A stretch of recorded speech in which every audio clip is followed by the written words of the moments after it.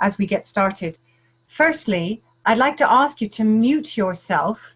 You should see a mute button on the screen, and please make sure that it is checked so that we're not disturbed by background noises from the many participants who've joined us here today. We had over 70 people signed up for the call, and most of you, I think, have joined. So there'll be a lot of you, and it'll be important that we keep a good quality of sound throughout. Please use your video if you like. It's very nice for us to see who's on the call, and you can always wave as long as we don't hear you. So feel free to do that. Also, please feel free to use the chat function to post questions throughout the session.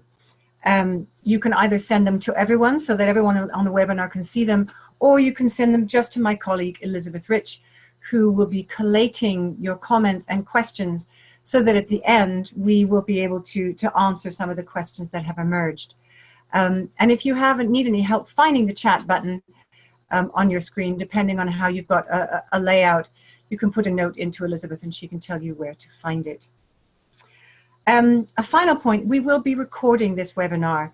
There are a lot of people who are here on the call. There are many other people who, because of time zone differences, couldn't join today and want to listen to it afterwards. So just to let you know that your questions and your comments will be recorded.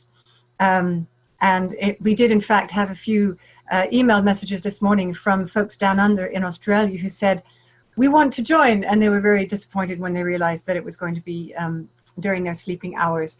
So we already have an audience of people around the globe who are eager to tune in. So let me take you to the next slide just to show you the buttons, if you haven't already found them, where you can find the mute button on the left-hand side and the chat button that should appear in your control bar.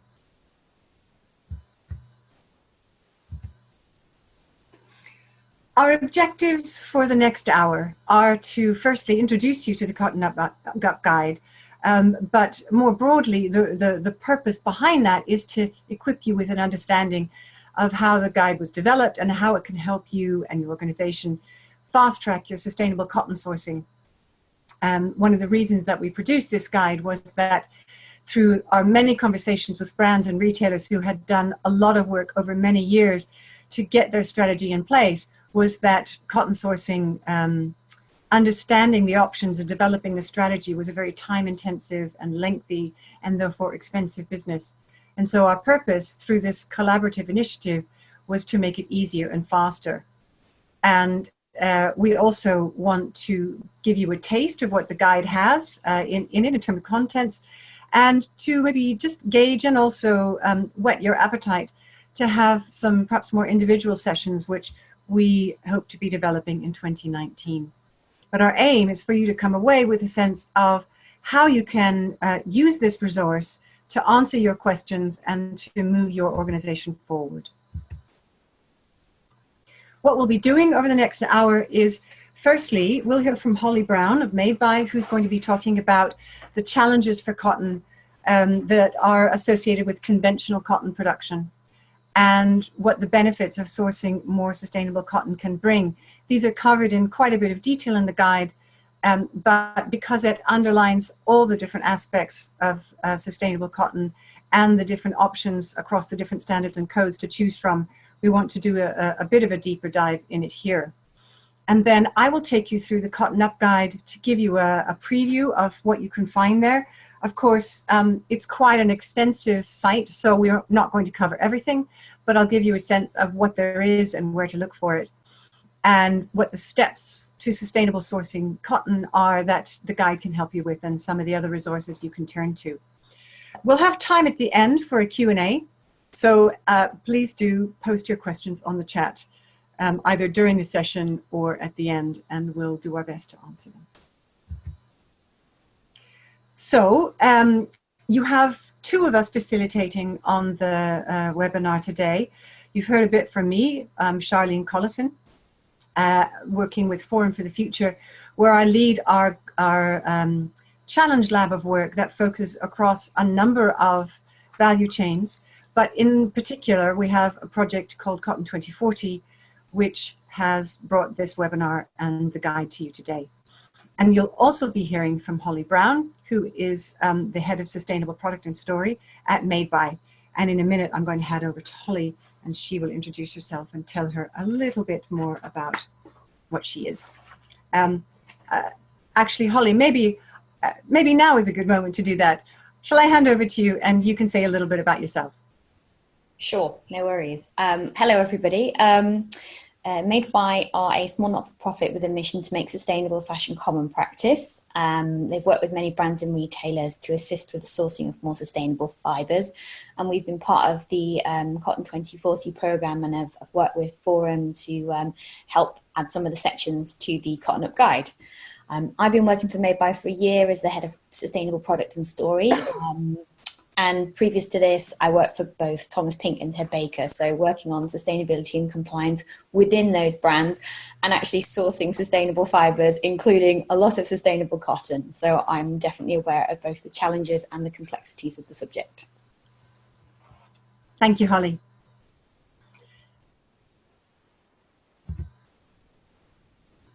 Cotton 2040 is a really unique initiative. I'm so proud to be leading this multi-stakeholder collaboration that is aimed at bringing together, integrating and accelerating the different actions that are being taken by a range of really wonderful organizations doing fabulous work. But Cotton 2040 recognized that to really move the critical issues forward to mainstream sustainably grown cotton, we need to work together and integrate our activities in the areas where they really matter so that we can reduce cotton's negative impacts and build more resilient supply for the future. We know that cotton is a very important crop. It secures the livelihoods of millions of people, but it also is a crop that has currently, through conventional production, a high social and environmental impact. And it's so important that we change that for all the reasons that we'll be talking about in a moment. So Cotton 2040 brings together a whole range of stakeholders across the industry who've worked together, not just on producing the guide, but on also taking action together in other areas, such as outreach to the industry, and traceability and knowledge sharing and systems change in the wider sense.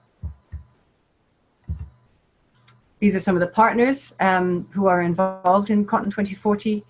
There are a combination of all the sustainable cotton standards, such as Textile Exchange representing the organic standards, BCI for the Better Cotton Initiative, we have Cotton Made in Africa, we have Cotton Australia, and MyBNP, the Australian cotton standard, and Fair Trade Cotton involved, as well as the supporting organizations like the Organic Cotton Accelerator, Cotton Connect, and a range of brands and retailers and other NGOs. So it is really a collaborative initiative, and it's needed that collaboration to bring together the expertise that's shared in the guide. And that's what's so unique about it. We're not aware of any other guide that exists that's brought together and been designed by brands, retailers, standards, NGOs, fashion colleges, and all the others who've been involved in this collaboration. So a big thank you to all our partners. So I will now hand over to Holly, who will talk you through an overview of conventional cotton and the issues that sustainable cotton is addressing. Thanks, Charlene. So firstly, there are many social and environmental impacts associated with the production of conventional cotton. And all of these, of course, are quite well documented. Hence the general direction of travel by the sector to move away from conventional cotton to these more sustainable options. The issues are all also interrelated, which compounds the impacts. Next slide, please. So the first issue with cotton is water. So when grown under poor management practices, cotton can have a very high water footprint, but this does depend on where and how it's grown. So the footprint is particularly high during the cultivation stage and in regions where irrigation must be used, such as Uzbekistan, China, and the US. So globally, we grow an estimated 60% of our water in irrigated fields and 40% under rain-fed conditions, and that would include places like Africa and India. Farmers use a mixture of groundwater and surface water for irrigation, which, if not well managed or regulated, can deplete freshwater resources, particularly in water-stressed regions. Now, this is really, really important, as more than half of global cotton production occurs in regions of high or extremely high water stress, and by 2030, demand for water will exceed supply by 35%. Next slide, please. So the next key challenge for cotton production is pesticides. So the cotton industry uses 2.5% of global arable land, yet 10% of all agricultural chemicals.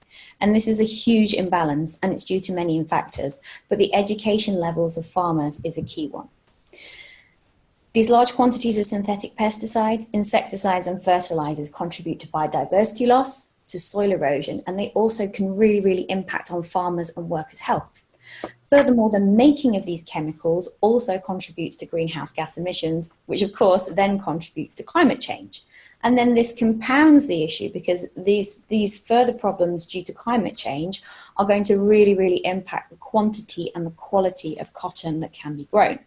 So cotton growing regions are going to experience more floods, droughts, extreme heat and storms, and this is going to present mounting difficulties across the entire supply chain of agricultural commodities, including cotton.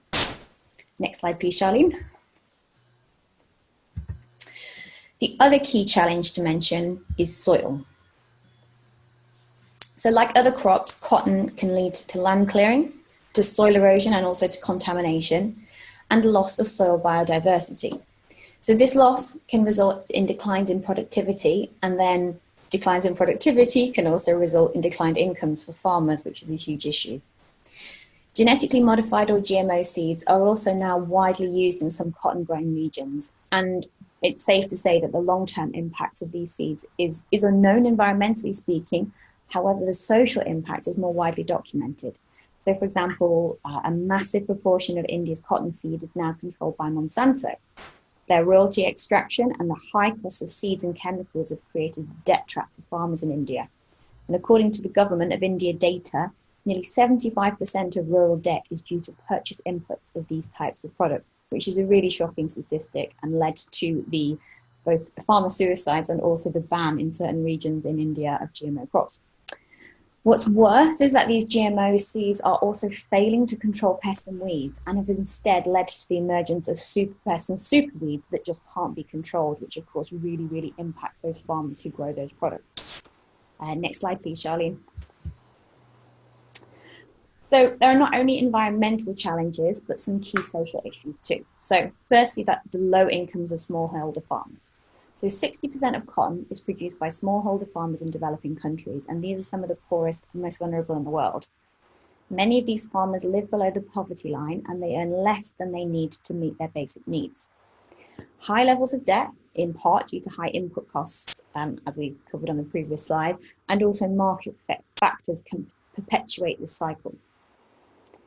The next issue to think about is forced labour and child labour. So estimated in 18 countries, including most of the top 6 producer nations, China, India, Pakistan, Brazil.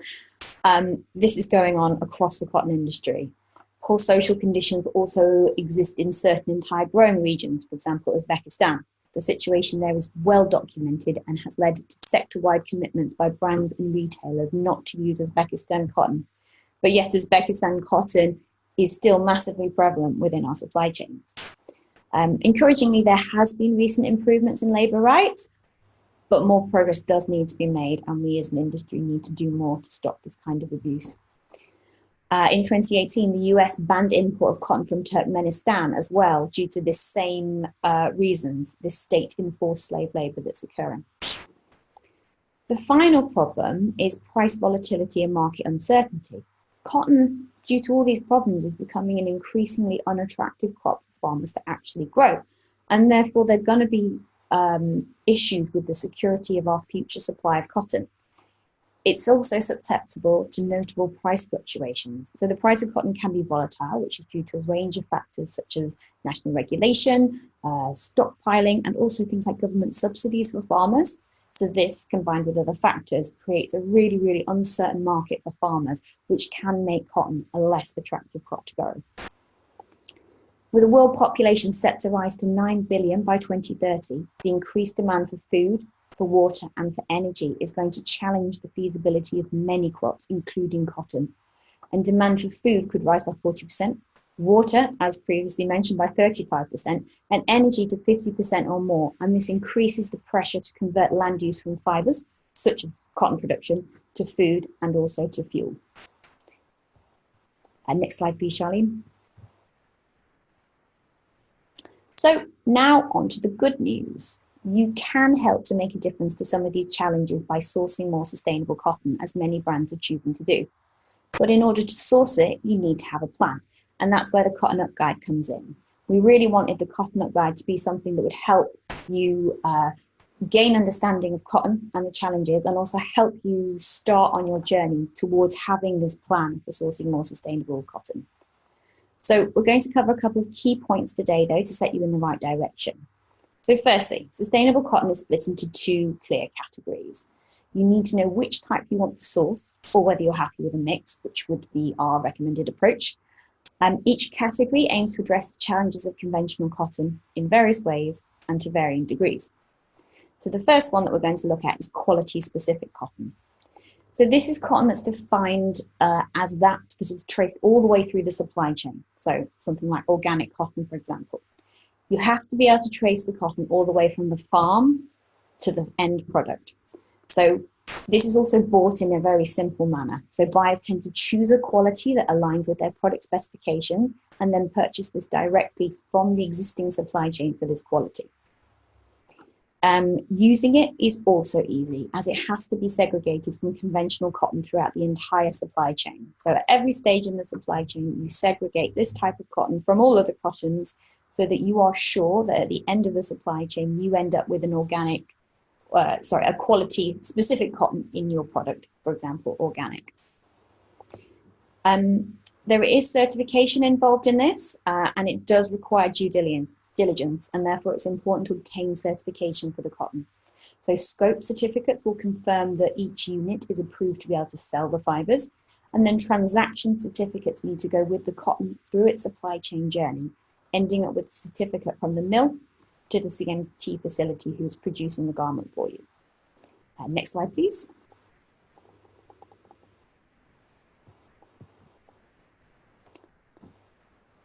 The further sourcing option for cotton is mass balance. So this is where you purchase cotton to benefit an initiative. However, the cotton does not necessarily travel up your supply chain and end up in your garments. It does, however, do a lot of good, and it enables brands to support more sustainable cotton production more easily. But the key difference to bear in mind here is communication. These mass balance programs do not require sustainable and non-sustainable cotton to be segregated in the supply chain. So this means you source the same cotton as normal while also investing in more sustainable cotton farming. But they do require membership. And that membership means that there are a few more steps. So firstly, in order to work out your membership fee, you'll need to understand your cotton baseline. So you'll need a year's worth of your production data, grouped by the product type and the fiber content. And this will help you use one of the mass balance standards, for example, BCI's calculator, to work out your total cotton usage, which will give you your membership fee. And once you are a member of these initiatives, you can begin sourcing the cotton. So in order to do this, some good first steps would be to identify your top suppliers. So who are those big actors in your supply chain? These guys are going to be key partners in achieving your sourcing goals. It's also a good idea to determine priority suppliers. So selecting a short list of suppliers you have a good relationship with and also a strong influence over, as they will tend to be keener to assist you with your sourcing priorities. Also, good to check the relevant supplier list. So checking the relevant bodies, for example, Fair Trade or Cotton Made in Africa, to see if your suppliers are already listed within their programs. Because obviously, if they are, far easier to source the sustainable cotton from them. And links to those lists are also found in the CottonUP guide. So with this information, it's time to ask your suppliers to switch their cotton source for your product. Suppliers can start aligning your purchase orders with the requirements of mass balanced chain of custody as required by these sustainability programs. Next slide, please. It's easy to forget that while you're trying to do the right thing for people and planet, it can make great business sense to source more sustainable cotton. And for certain boards, this is the bit that you'll need to get your sustainable cotton sourcing off the ground, which is why we cover it within the guide as well. Next slide, please. On the guide, there's a long list of things that you can have a look at, but I think for us, the key ones to think about are these ones. So firstly, creating long-term resilience and that security of supply. So these sustainable cotton sourcing schemes aim to reduce impacts, which can lead to better yields, fewer risks of supply disruption, and therefore improve the availability of cotton over both the short term and the long term, which is obviously good for the farmers and good for us. Also, sourcing sustainable cotton helps to increase your transparency as an organisation. So all of the sourcing schemes work to give more assurance that your products are going to meet certain requirements, supporting increased supply chain transparency. Obviously, the complex nature of the supply chain really does hinder transparency, but these more sustainable cotton options can help brands and retailers to improve that transparency of the supply chain. And with increased transparency, you minimize your reputational risk. So there has been much documented about the issues with cotton farming and pollution within the cotton industry, but you know that if you're sourcing cotton from one of these more sustainable organizations, then your association with exploitative working conditions and environmental damage is much minimized. And also finally, and very importantly, keeping up with the competition. So 38 major clothing and textile companies have committed to ensuring 100% sustainable cotton sourcing by 2025. So don't be left behind. Consumers are growing in their awareness of these issues, and it's really important that you're thought of as one of those organizations who meets their expectations. Next slide, please. So the benefits are not just for you either, which I think is fantastic. Sourcing sustainable cotton is genuinely a win-win for the industry. The benefits for your supply chain include a reduction of inputs. So if farmers have to use less water and less pesticides, that means less direct costs to the farmer. And there are also positives with indirect costs. If you're not having to put as much pesticides in, then you're going to improve the conditions for yourself, for your workers, for your family, and also for the ecosystem that surrounds your fields. And these things will all help the farmers to continue to be profitable into the future. Sourcing sustainable cotton also helps build resilience within farming communities. So receiving training in sustainable water, soil and environmental management against water scarcity and climatic changes can really help farmers to thrive. There's also possibilities that sustainable cotton will help improve livelihoods. So sustainable cotton standards, they really aim to improve yields, and they also promote fairer trading conditions for farmers, including things like female empowerment, which are really, really important. Farmers also receive training opportunities by being part of these standards, and of course, education is one of the challenges that I was speaking about earlier. Farmers receive guidance and training on these more sustainable farming practices, and it also helps to give them wider skills, for example, setting up farmer collectives, basic economics, and so on and so forth. And this sort of training can have a positive impact on farmers, their families, and also the communities that they sit within. There's also the demonstration of positive impact. So, you know, there's going beyond legal compliance and showing progress against sustainability goals, as well as investing in increasing the global supply of more sustainable cotton, which is obviously really, really positive. I think that's me, Charlene. Thank you, Holly. So I now want to take us through a slightly tricky process of shifting to the CottonUP guide. So if you bear with me, I'm going to stop sharing my screen, and then I'm going to be bringing up the actual, the guide itself on the web. So with luck, this will all work seamlessly, although of course that's never guaranteed. Now, I just need to ask Holly if you're able to see the CottonUP guide that is coming up on the screen, my screen now, if that's making itself present. Are you able to see it? Not as yet. Okay. Oh, here we go. I think something's coming up now. Yeah, it looks like the previous slide. The difference is that it's actually live. So I hope you're able to see that. Not yet, Charlene. We're currently seeing a blank box, I'm afraid. Okay. What I'm going to do, I'm going to stop sharing my screen, and then I'll start again and hope that it comes up.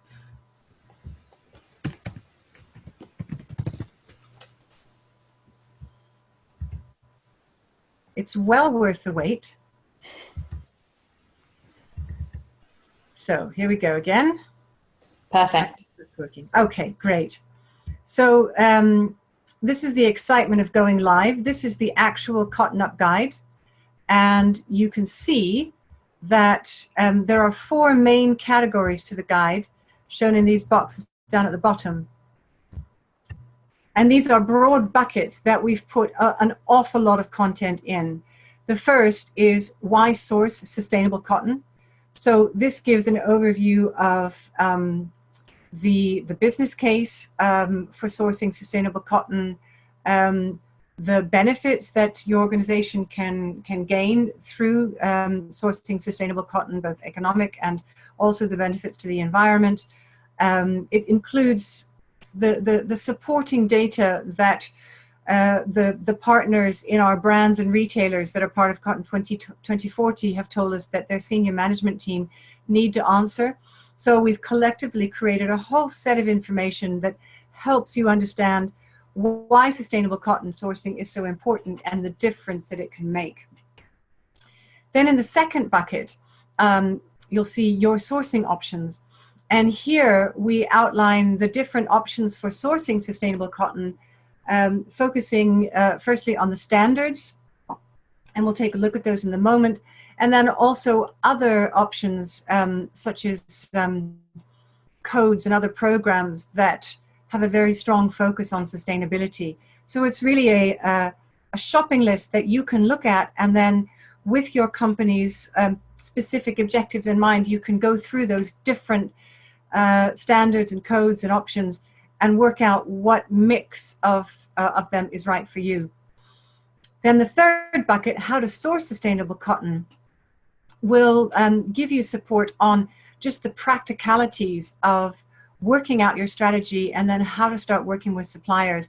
And this section in particular, we've had a lot of input from Holly and her colleagues at Made By, who have held many brands and retailers' hands as they've gone through this process.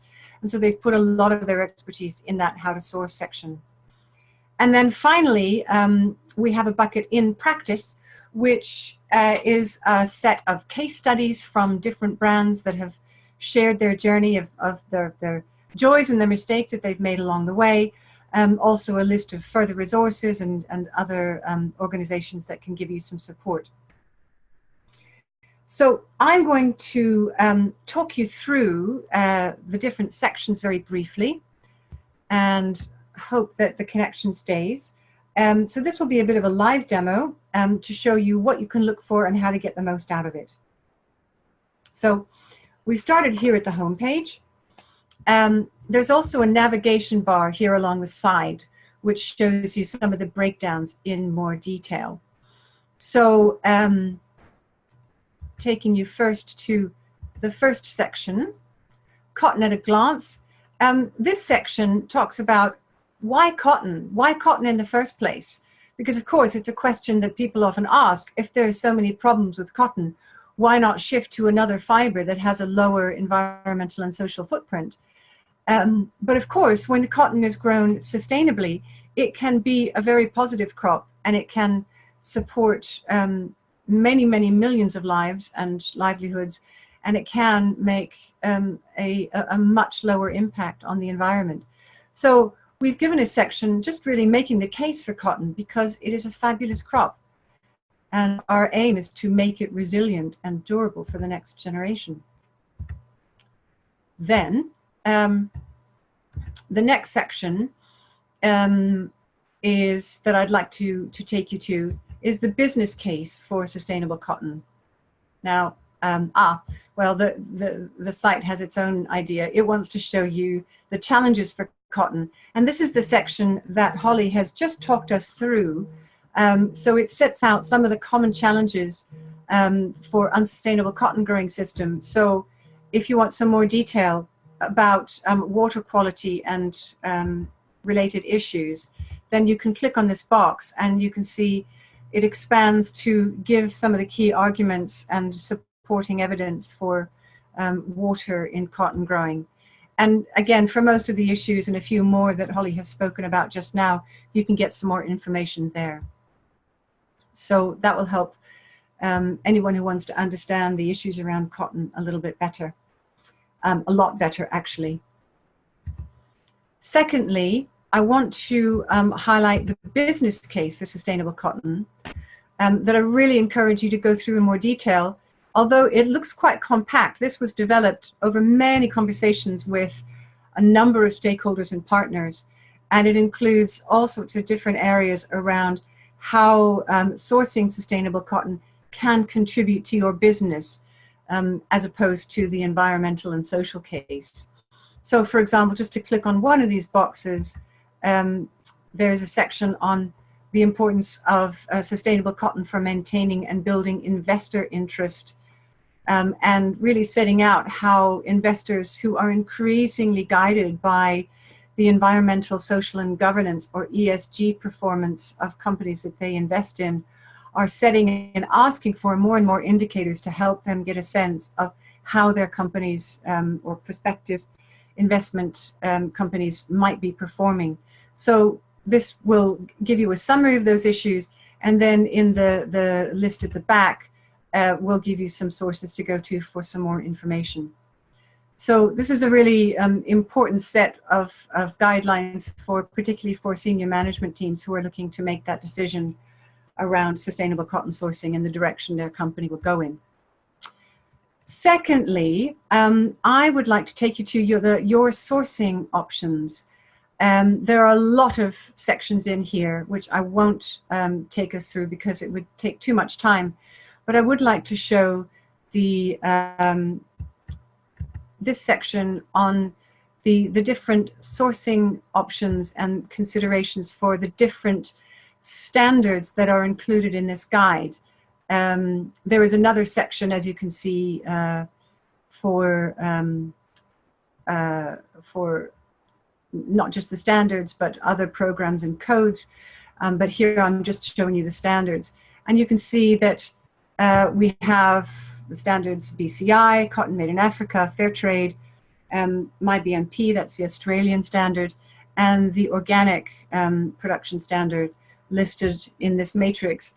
And there are, again, pop-out boxes that talk about the main objective of each of the standards, gives you an overview of what it's about, and then it will give you very specific information about the environmental features of the standard so far as they exist, because these standards are quite different, and sometimes it's not always comparing apples to apples, but as far as it was possible to do so, we've included that here in this matrix.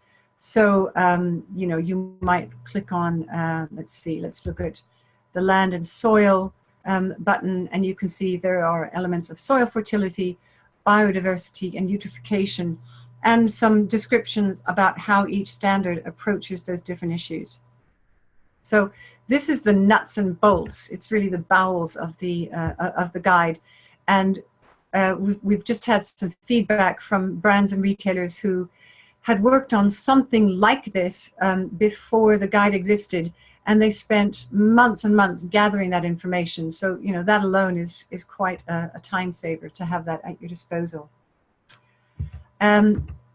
Also, briefly, I'd like to show you the section on comparing traceability models.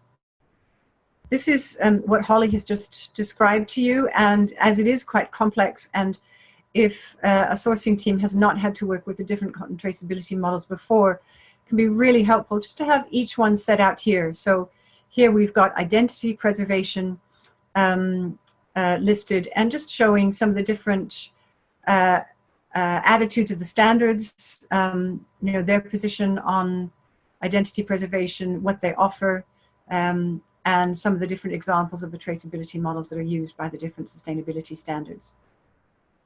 So it's really a way for you to compare what each standard does and what they offer, so that you can work out what is best suited to you.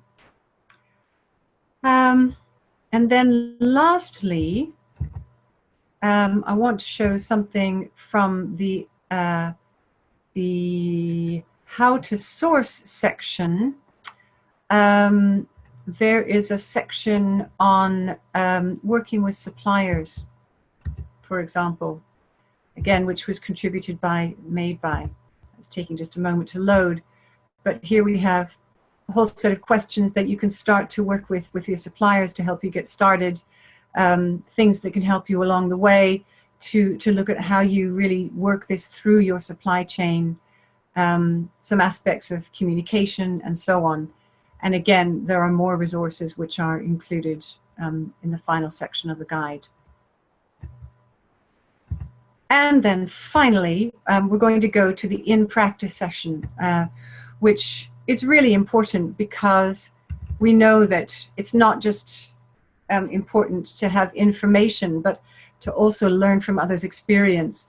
And one of the main objectives of this guide and of our work in Cotton 2040 is to help sustainable cotton to scale by enabling those who are just starting out to be able to talk to brands and retailers and learn from their experience who've done it the hard way, like M&S, whose case study you see here, who started over 10 years ago and have really had to do everything, you know, in true pioneer fashion, learning through trial and error. And they've been very generous in sharing some of their experiences, you know, all the way through to ASOS that started much more recently, only in 2015, and have done a fast-track journey. And they are also one of the signatories to the challenge to source 100% sustainable cotton by 2025, along with M&S and C&A and others that are included here in this guide. So it gives you a range of different brands and retailers, and we're intending to add more examples as we go along. So there's an opportunity to learn from their experience. And then finally, as a last plug, there is the option at the end of the guide in the sign-up section to register.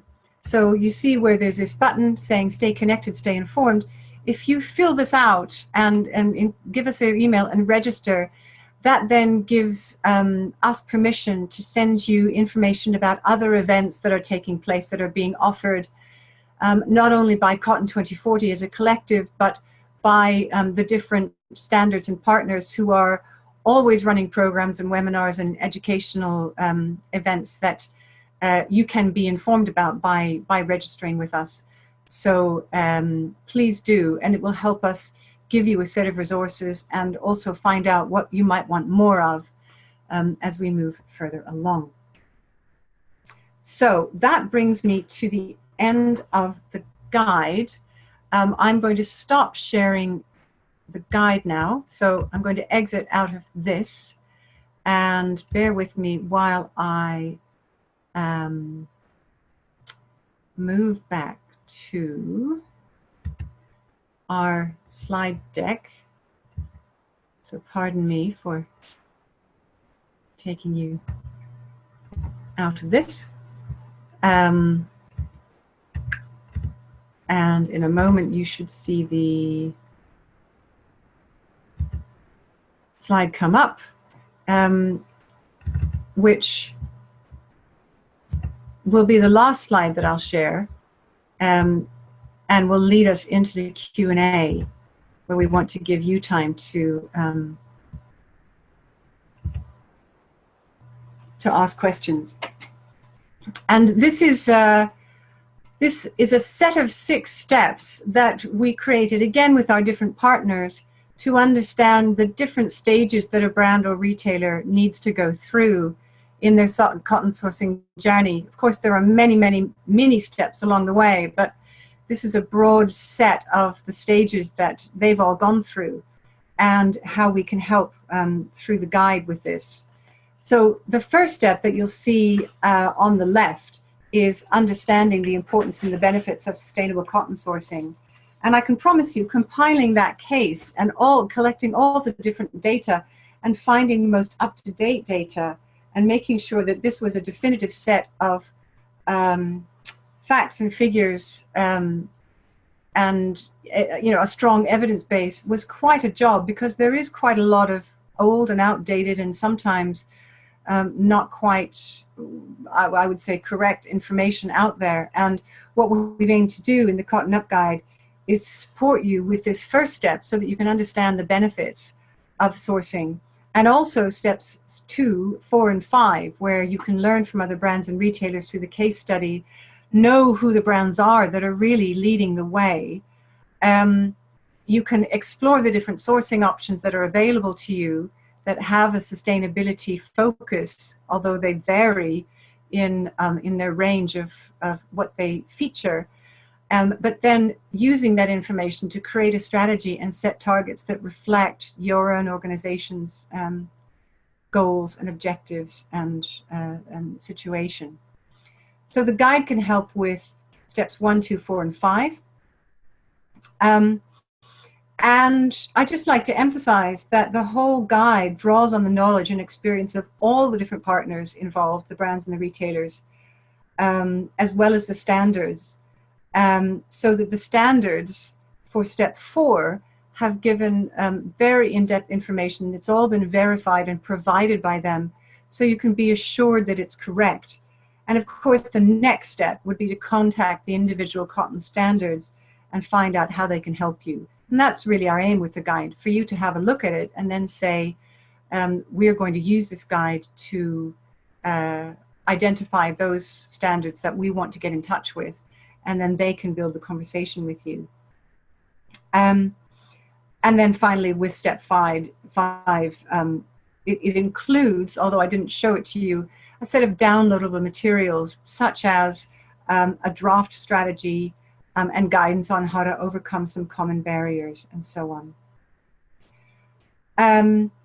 I would also just like to acknowledge in these 6 steps and in the overall process the very generous support of the implementing organizations such as Cotton Connect and the Organic Cotton Accelerator, and also and very particularly of the CNA Foundation, whose financial support has really made this guide possible, and the work of Cotton 2040 possible, along with the brands and retailers who also made a financial contribution. So particular acknowledgement to the CNA Foundation and their support in making this work. In 2019, we're planning to work with the Cotton 2040 partners to use this guide to build capacity across the sector. So we're looking at offering further webinars that explore these 6 steps in more detail. And by signing up on the guide where I've just shown you, you can be kept informed about what we offer and when. But the idea of those is to go into more technical detail, whereas our objective today was primarily to give you introduction to the guide and to make use of those resources there. Finally, we are always looking for brands and retailers who want to work with us. It doesn't matter how far you are in the journey. Cotton 2040 is really a systemic initiative that wants to involve stakeholders from across the industry. And some of our current partners include those who have really gone the distance and are very experienced in sustainable cotton sourcing, and also those who are just starting out and have been in the process of developing a strategy while participating in the guide. And they've been really helpful and useful in helping to flag what the questions are. So we're looking for those who want to be part of a movement and want to work alongside a coalition of others to get the word out to the industry and to support others to get on board with sustainable cotton. And I think I just can't, talk about the importance of sustainable cotton without mentioning, I think as we are all too well aware of the latest IPCC report and the urgency of getting on with it. So what we've done here is done a huge amount of work collectively to enable brands and retailers to really move forward. And we also would like to hear how else you might need support and to work with the members of Cotton 2040 to provide that support so that the cotton industry can really move beyond the challenges that Holly outlined at the beginning and be truly, really and forever sustainable. And if you would like to talk to us about that in more detail, I and Forum CEO Sally Uren, who is the chair of Cotton 2040, will be at the Textile Exchange Conference in just 2 weeks in Milan. So drop us a line and get in touch and we can arrange to meet. So at that point, I'm going to hand over to Holly and see, Holly, if you have any last points to add before we open the floor to questions. Thank you. Nothing more to add from my side of things. Yeah, just interested to receive everyone's questions. Oh, I think we've got one coming through. I think this one might be for you, Charlene. What was the role of the cotton standards in the development of the guide? Does the guide endorse particular standards? Oh, that's a really good and important question. This guide is very, very adamantly standard neutral. We have included the standards, the sustainable standards that have a particular focus on sustainability, but we don't steer brands and retailers towards any one or the other of them. Our aim has really been to set out an objective case so that they can compare and make up their own minds. And we could only do this by working in partnership with the standards. So they really worked with us from the very beginning, even in coming up with the idea for such a guide. And they produced the content related to the guide. They gave input in the overall structure. They fact-checked it. And they're all continuing to work with us to promote the guide, to share it with their members, to work with us to create, a wider outreach to the industry. So they are very much part and, underpinning this initiative. Brilliant, thank you. Another question's come in, which asks, will the guide tell me which sourcing option is best for my company's needs? So I think I can probably take that one. No, the guide won't tell you which sourcing option is best for your company's needs because every company is very, very different and works in a different way. For example, some companies have a larger budget when it comes to the product itself, and therefore buying cotton that is a quality specific cotton, for example, organic cotton, they might find slightly easier. And some organizations have their budgets in different places, for example, maybe within the marketing team or within the sustainability team. And for those organizations, perhaps joining one of the initiatives like the Cotton Made in Africa or Better Cotton Initiative and buying mass balanced cotton could be the best option. So I think it's very important to read through the guide, have a look at the advice given, and make your own decisions about which types of cotton are best for you. And of course, we always recommend that you should look at lots of different options and preferably source a mix of those sustainable cotton options. Another question that's come in is, I noticed GOTS wasn't one of the listed partners. Is there a reason for that? Charlene, would you be able to? Yes, of course, we've been in communication with GOTS, and our main partner for the organic standards has been Textile Exchange. We were really focusing on the production standards. So the standards that you see there are the organic standards that focus on production.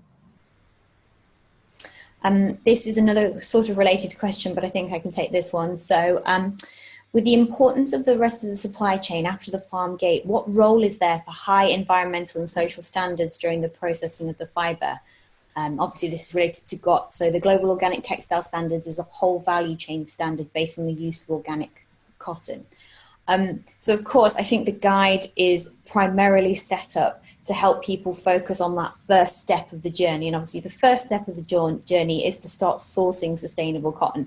Once everyone's got their head around that sourcing piece, understanding what sorts they want to source, the journey, the plan, and having that strategy in place, then I think it will be important to move on to think about how you process a garment.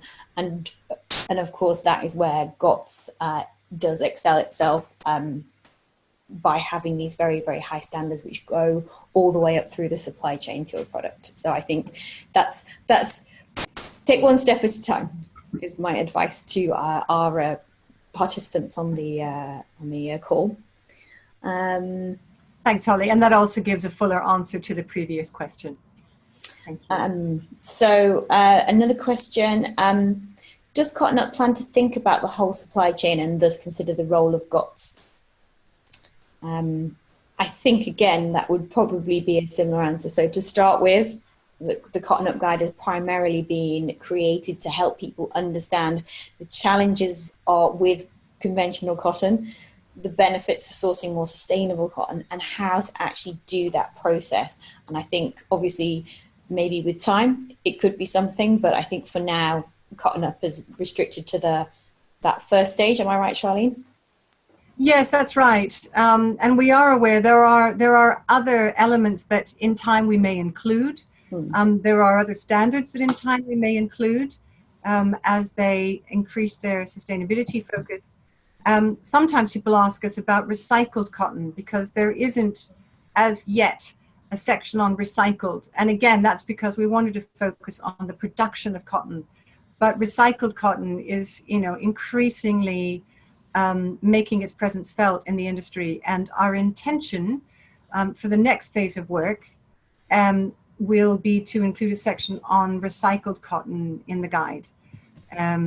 So again, we are looking for partners who are keen to work with us to do that and to help people then navigate the other complexities, not just of what type of cotton do you choose that has been produced, but how do you navigate the whole field of circularity and recycled cotton, which again is for the future, we know, a really important part of the mix. Another question from Evelyn. Can you help link retailers and brands with certified organic farmers, like a database of suppliers or something similar that you can build? So within the guide, there is links to databases from each of the individual standards. So for example, you could link up to the suppliers who grow my BMP cotton, or the suppliers who are registered to the Better Cotton Initiative, or Cotton Made in Africa, for example. I'm not aware that you can go directly to the farm level, but you can certainly find the suppliers that will help you source that cotton, and through them, hopefully the information that you need to find out about the farms. Thank you, Holly. Do we have any final questions coming through?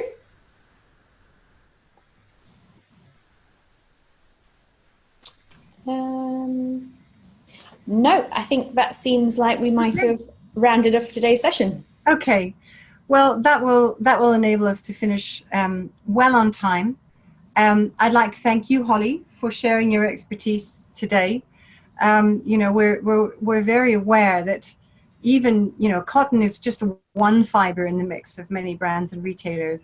And just that one fiber, it takes a lot of technical and industry expertise to navigate. And Holly has particularly contributed that today, and also with her colleagues in the guide.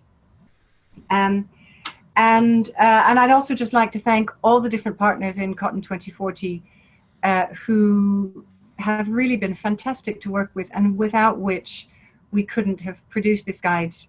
They are all using it, and we hope that brands and retailers will find it useful. Please give us feedback. Again, by registering on the guide, you can tell us a bit about what you think, things you'd like it to have in future. We are starting to talk to potential partners about translating it into other languages. Hopefully this is a beginning. But the more we hear about what people's needs are, then the more we can adapt it to answer them. So thank you very much for being with us today. And that brings us to the end. Thank you. Bye-bye.